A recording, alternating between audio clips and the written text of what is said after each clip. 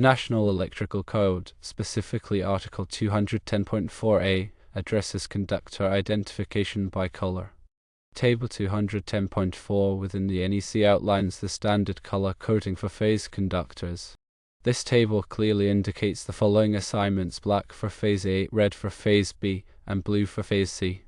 NEMA, the National Electrical Manufacturers Association, also provides guidance on this topic. NEMA WC3, titled Wire and Cable for Power and Signal Transmission, in Section 2.2, mandates that phase conductors be identified by color according to Table 2.2. This table mirrors the NEC color coding scheme, specifying black for phase A, red for phase B, and blue for phase C.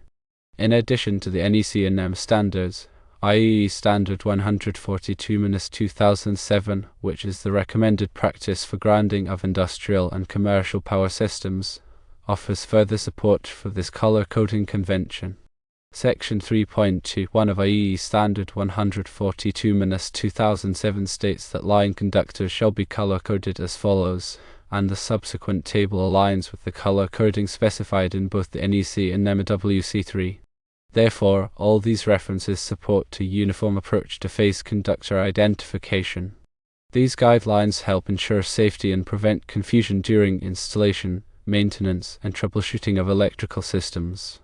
The consistent use of black, red, and blue for phase conductors is crucial for proper system operation and worker safety. It's essential to reference the latest versions of these standards to stay up to date with any revisions or amendments. Understanding these color codes enables electricians and engineers to quickly identify the different phases in a three-phase power system. This standardized approach reduces the risk of accidental connections or misidentification, minimizing the potential for electrical hazards.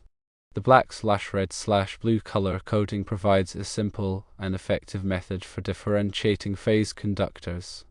Firstly, the NEMA WC3 and IEEE Standard 142-2007 all require the use of the black/red/blue color coding for phase conductors. Secondly, by referencing these standards in design-build project specifications, compliance with this requirement is better ensured.